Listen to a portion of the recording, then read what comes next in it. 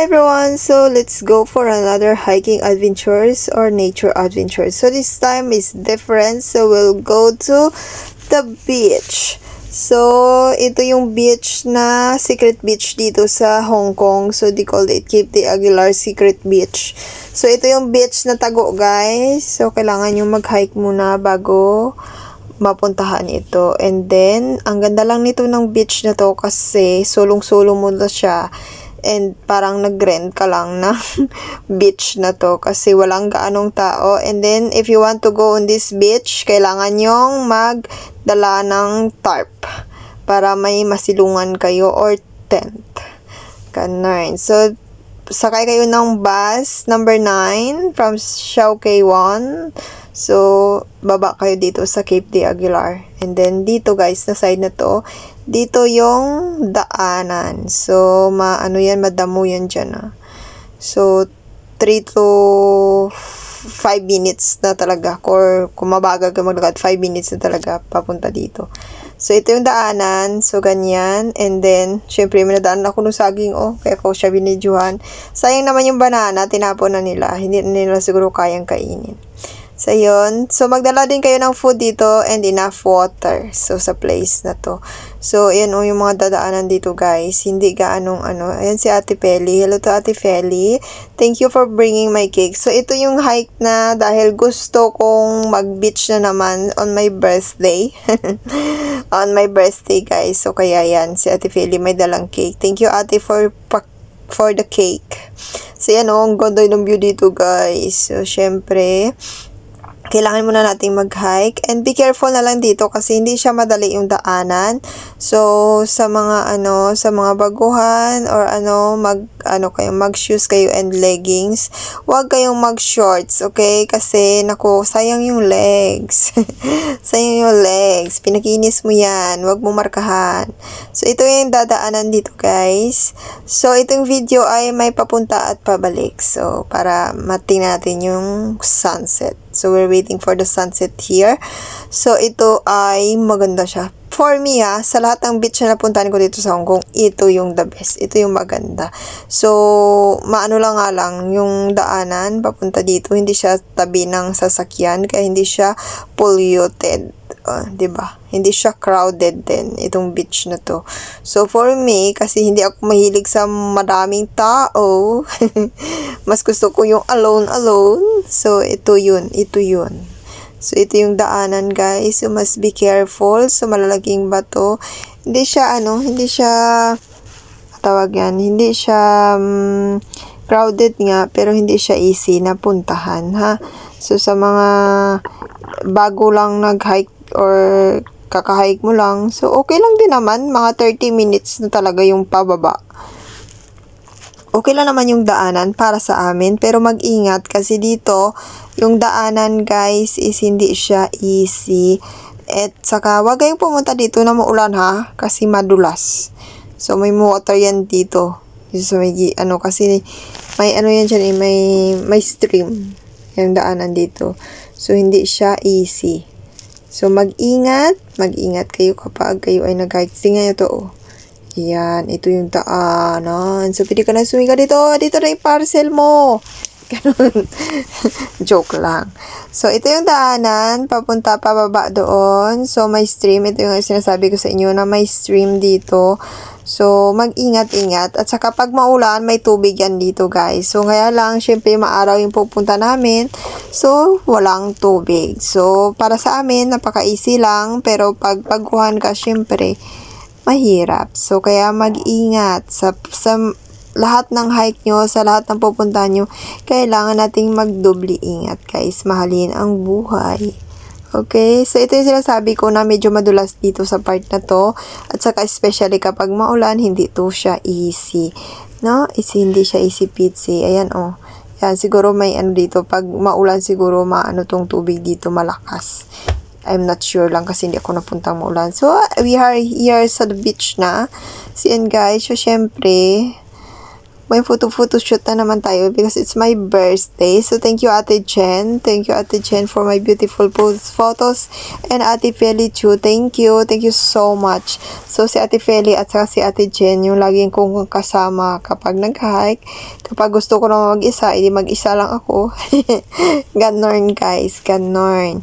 So, syempre, may patupis-tupis na naman tayo kasi nasa o si tita pa, may pahubad-hubad ka na naman dyan, ha? Kanon, si tita. Nan, alam ko na yan. Sabi niya may pahubad-hubad. So, I'm playing here with Ate Felis. So, Ate Feli, ang sarap dito maligo. Ang saya, ang ganda. Ang ganda dito maligo, guys. So, nasolo namin yung beach. So, parang narintahan lang namin yung beach. So, you can play here. So, ang lakas ng waves dito, mag-ingat din kayo ha. Kasi, itong beach na to ay walang nakalagay na ano ng shark doon. So, wag pumunta sa malalim. Baka may shark and then you will be eaten by the shark. So, kasi hindi ito siya sa beach na ano talaga. Ito yung tago na beach na pwede kayong maligo. So, malinis pa. Sobrang linis. At ano yung water, parang crystal water yung water dito. So, for me, ito yung number 1 sa akin na beach dito sa Hong Kong. So, secret beach. So, hindi siya madaming tao. So, ayan. So, you can enjoy. And then, you can enjoy sunset also dito, guys. Ayan, may sunset. Pa-sunset na yan. Kasi, it's 4 o'clock na. So, syempre, pumunta kami dito around 2. Kasi dahil may nangyari sa akin nung morning. So, nawala yung aking phone nung morning. So, forget na natin yung what's happening and then just enjoy the day. But thankful sa aking madam dahil tinulungan niya ako na mahanap yung aking phone. So, I will be grateful for her kasi hinihelp niya ako. So, ayun guys, we will be grateful to the person who helped us or who do something to us. So, ganun guys. So, para may blessings din na mag-come back sa kanila at sa'yo din. So, ayan, we just enjoyed these waves. So, ang ganda ng waves dito ha. Or maybe I just in love with the waves. Kasi I love waves, I love nature, I love everything in nature. So, I love falls also. So, ito ay hinintay talaga namin. Sinadya naming hinintay yung sunset dito guys. Kasi maganda yung sunset. And maybe next time, gusto ko to siyang puntahan ng may sunset, yung ano, yung very clear yung sky, yung hindi siya ano, hindi yung maganda ba yung talaga yung ano ng sunset. Pero ngayon kasi parang makulimlim to. Hindi siya ganoon ka-clear yung sky, I mean. Mas gusto ko yung very clear yung sky. Pero maganda na din yung pagpunta namin. And I enjoyed my birthday here. So, late birthday celebration. Itong ano na to, pagpunta namin dito. And I love it. I love this place. Ang ganda. Ang ganda nitong place na to. Pwedeng balikan. Kasi malapit lang to eh. Actually, second time ko itong pumunta dito. Kasi, pero hindi ako naligo nung time na yun. Nung piningnan ko lang, ay maganda siya. Tapos bumalik na ako kasi paggabi na. Nung pumunta ako dito. At saka yun, sinabi ko na Ate Jen na puntahan natin tong beach na to next time. So, maybe next time mapuntahan ulit to kasi medyo malapit to sa amin.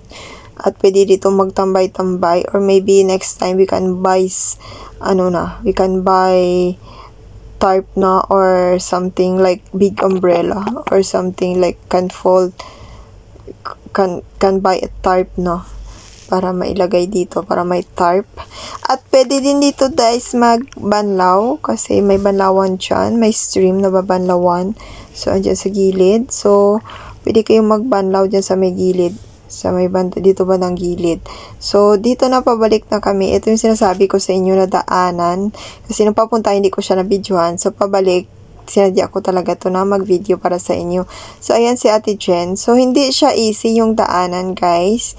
So, pwede naman kayo mag-short and skirt dito kung gusto nyo. Pero, mag-ingat lang kasi, syempre, madaming mga, masugatan naman yung legs nyo.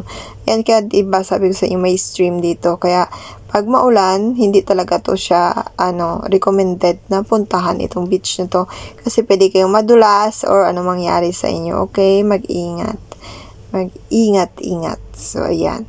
So, malalaki yung mga bato dito at saka yung kung gusto niyo magtungkod, yan, magtungkod kayo. Okay? So, ayan si Ate Jen. Si Ate Jen sa aking unahan. Yan. So, ito yung daanan, guys. So, mabato. Malalaking bato. Ayan yung mga daanan dito. At saka, for us lang is easy naman siya. Kaya lang yung papunta namin kasi super duper hot. Walang hangin. So, hiningal-hingal kami dito. Pero, worst is naman yung pagpunta namin dito. Nag-enjoy kami dun sa magandang beach. Ang ganda niya. At saka, kailangan yung makyat ito. Dito, parang, siya. Siguro, parang mini falls ito kapag maulan. Yung dito. Pero maganda siya tingnan.